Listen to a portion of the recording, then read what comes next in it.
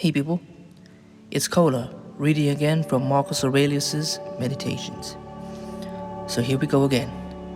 Characteristics of the rational soul. Self-perception, self-examination, the power to make of itself whatever it wants. It reaps its own harvest unlike plants, and in a different way animals, whose yield is gathered in by others. It reaches its intended goal no matter where the limit of its life is set. Not like dancing and theater and things like that, where the performance is incomplete if it's broken off in the middle. But at any point, no matter which one you pick, it has fulfilled its mission, done its work completely so that it can say, I have what I came for. It surveys the world and the empty space around it and the way it's put together. It delves into the endlessness of time to extend its grasp and comprehension of the periodic births and rebirths that the world goes through. It knows that those who come after us will see nothing different, that those who come before us saw no more than we do, and that anyone with 40 years behind him and eyes in his head has been seen both past and future, both alike. Also characteristic of the rational soul, affection for its neighbors, truthfulness, humility, not to place anything above itself, which is characteristic of law as well. No difference here between the logos of rationality and that of justice. To acquire indifference to pretty singing, to dancing, to the martial arts. Analyze the melody into the notes that form it, and as you hear each one, ask yourself whether you're powerless against that. That should be enough to deter you. The same with dancing, individual movements and tableau, and the same with the martial arts, and with everything except virtue and what springs from it. Look at the individual parts and move from analysis to indifference. Apply this to life as a whole. The resolute soul, resolute in separation from the body, and in dissolution or fragmentation or continuity. But the resolution has to be the result of its own decision, not just in response to outside forces, like the Christians.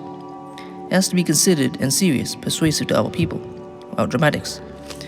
Have I done something for the common good? Then I share in the benefits. To stay centered on that, not to give up. And your profession? Goodness. And how is that to be achieved? Except by thought about the world, about the nature of people.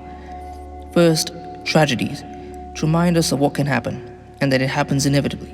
And if something gives you pleasure on that stage, it shouldn't cause you anger on this one. You realize that these are things we all have to grow through, and even those who cry aloud, "Oh, Mount Cipharon," have to endure them. And some excellent lines as well. These, for example. If I and my 2 children cannot move the gods must have their reason. Or, and why should we feel anger at the world? And, to harvest life like standing stalks of grain, and a good many others. Then after tragedy or comedy, instructive in its frankness, its plain speaking designed to puncture pretensions. Diogenes used the same tactic for similar ends, and considered the middle and later the new comedy at what it is aimed at, gradually degenerating into more realism and empty technique. There are undeniably good passages even in those writers. But what was the point of it all? The script and staging alike. Stares you in the face. No role is so well suited to philosophy as the one you happen to be in right now.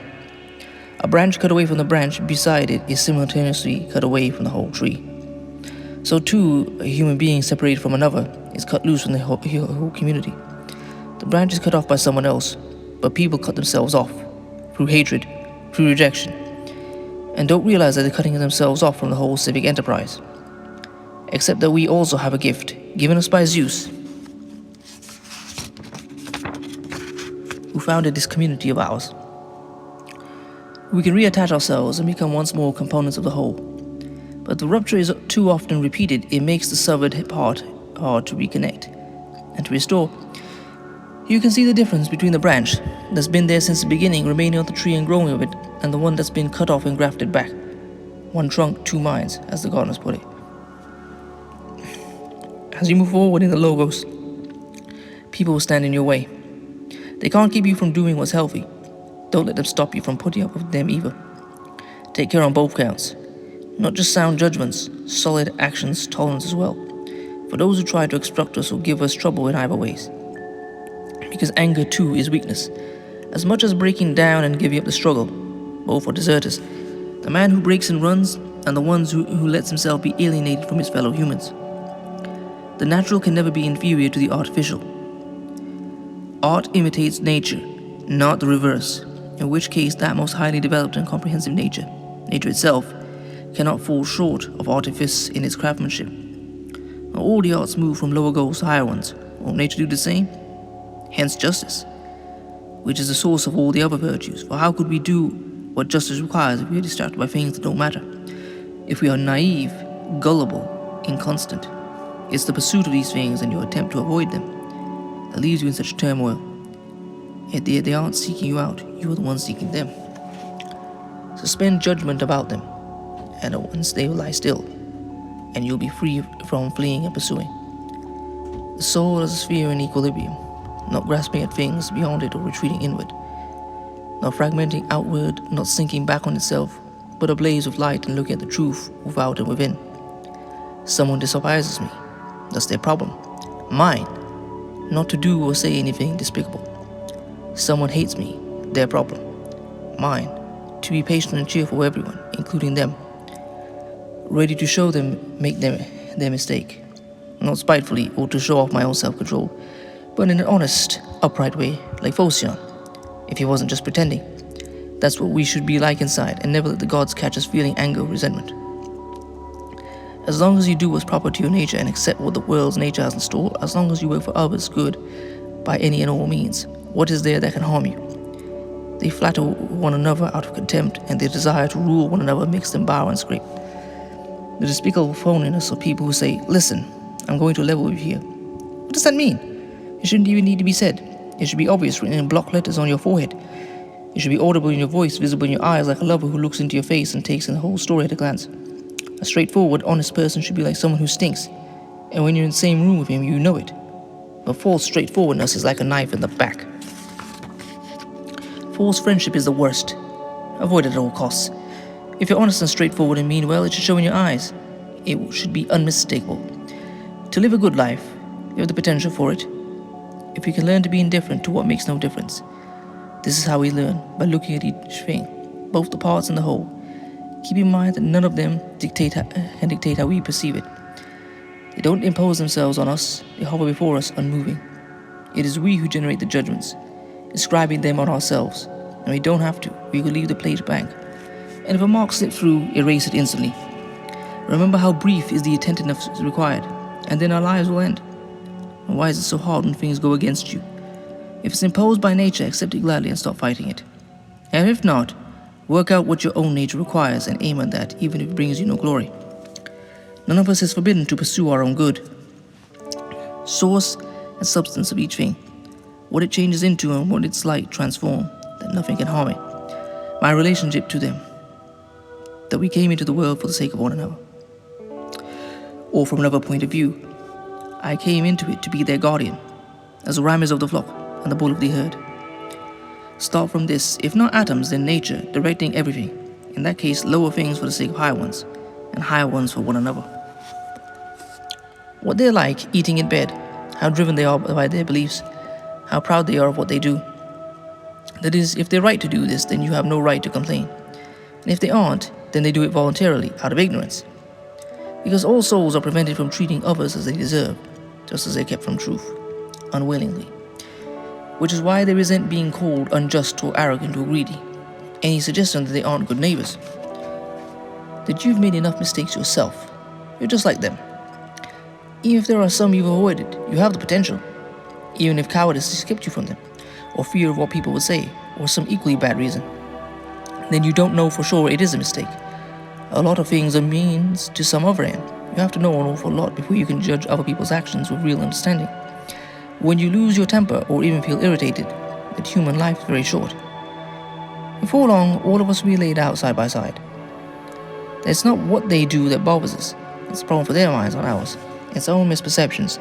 Discard them. Be willing to give up thinking of this as a catastrophe and your anger gone.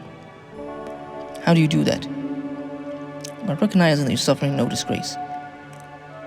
Unless disgrace is the only thing that can hurt you, you're doomed to commit innumerable offenses, to become a thief, or heaven only knows what else.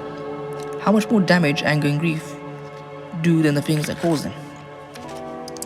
That kindness is invincible, provided it's sincere, not ironic or an act. What can even the most vicious person do if you keep treating him with kindness and gently set him straight? If you get the chance, correcting him cheerfully at the exact moment that he's trying to do you harm. No, my friend, that isn't what we're here for. It isn't me who's harmed by that, it's you. And show him gently and without pointing fingers that it's so. The bees don't behave like this, or any other animals with a sense of community. Don't do it sardonically or meanly, but affectionately, with no hatred in your heart. And not ex cathedra or to impress third parties, but speaking directly, even if there are people around. Keep these 9 points in mind like gifts from the 9 muses and start becoming a human being. Now and for the rest of your life. And along with not getting angry at others, try not to pander either.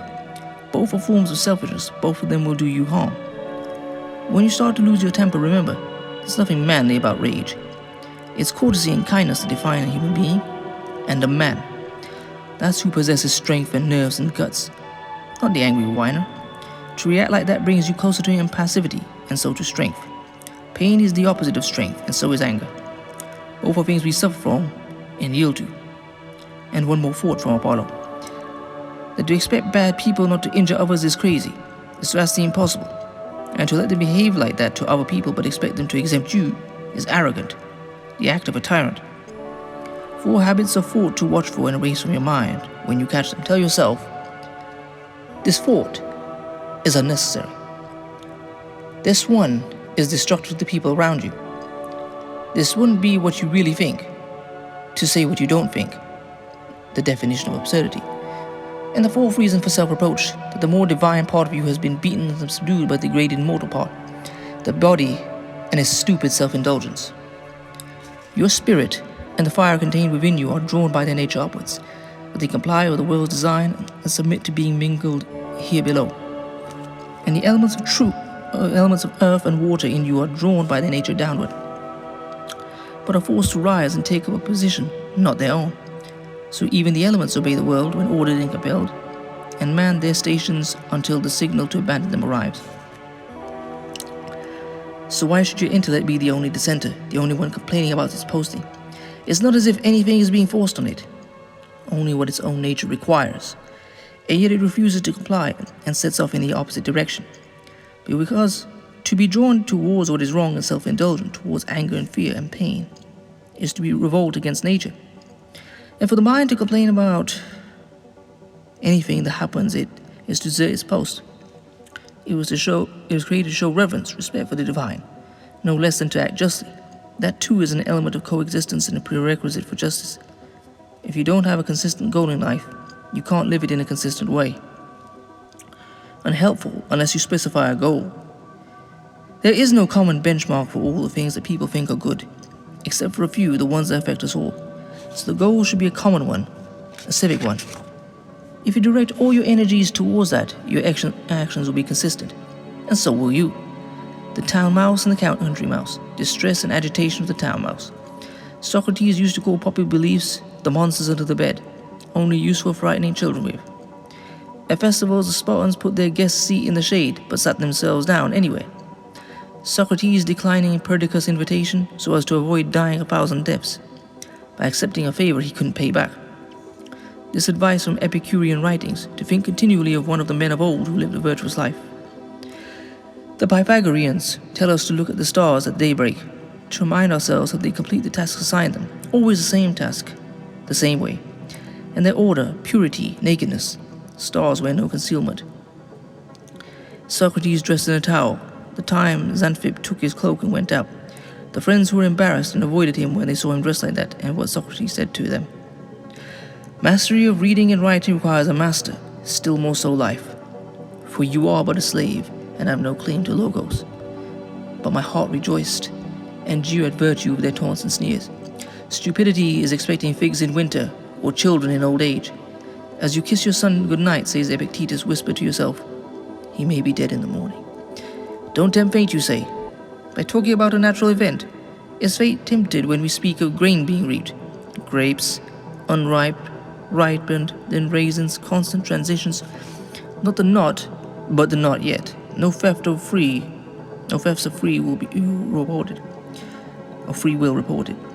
We need to master the art of acquiescence. We need to pay attention to our impulses, making sure they don't go unmoderated, that they benefit others, and that they're worthy of us. We need to steer clear of desire in any form and not try to avoid what's beyond our control. This is not a debate about anything, he said, but about sanity itself. Socrates, what do you want, rational minds or irrational ones? Rational ones. Healthy or sick? Healthy. The work to obtain them. We already have. Then why all this squabbling?